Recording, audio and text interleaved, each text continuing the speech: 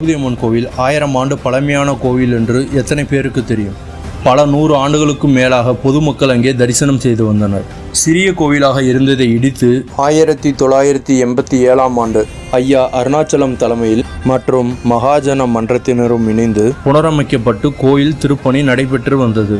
சுமார் 6 ஆண்டுகளுக்கும் மேலாக இக்கோயில் திருப்பணி நடைபெற்றது. பிறகு 1992ஆம் ஆண்டு கோயில் திருப்பணி முடிந்து திரௌபதி அம்மன் கோவிலுக்கு முதல் கும்பாபிஷேகம் நடைபெற்றது.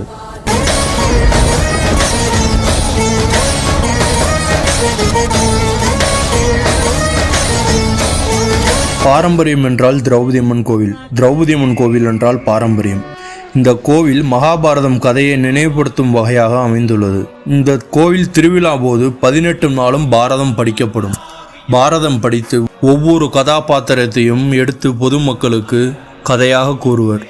நன்மை தீமைக்கு இடையிலே விளையும் போரின் சத்தியம் வென்றிடுமா. இந்த திருவிழா போது மயிலாட்டம், ஒயிலாட்டம், கரகாட்டம், வில்லுப்பாட்டு ஆகிய பாரம்பரிய நிகழ்ச்சிகள் நடைபெறும். இதில் தெருக்கூத்தும் நடைபெறும். பொதுமக்கள் அனைவரும் இரவு முழுவதும் தெருக்கூத்தை கண்டு ரசிப்பர். இத்திருக்கோவிலின் முக்கிய அம்சமே தீமிதி திருவிழா.